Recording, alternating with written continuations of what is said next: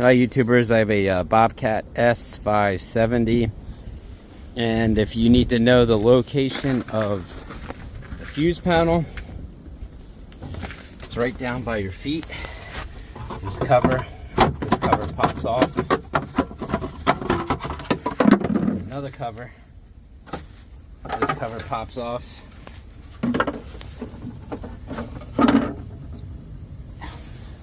And it has all your fuses, what they are, what they do. We put a new board in here. We came down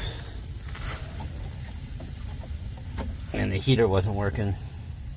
There's a 15 amp fuse. You can't see it, but it's blown out. So we're gonna check the wiring and see why it blew out. And we'll post another video. Thanks for watching.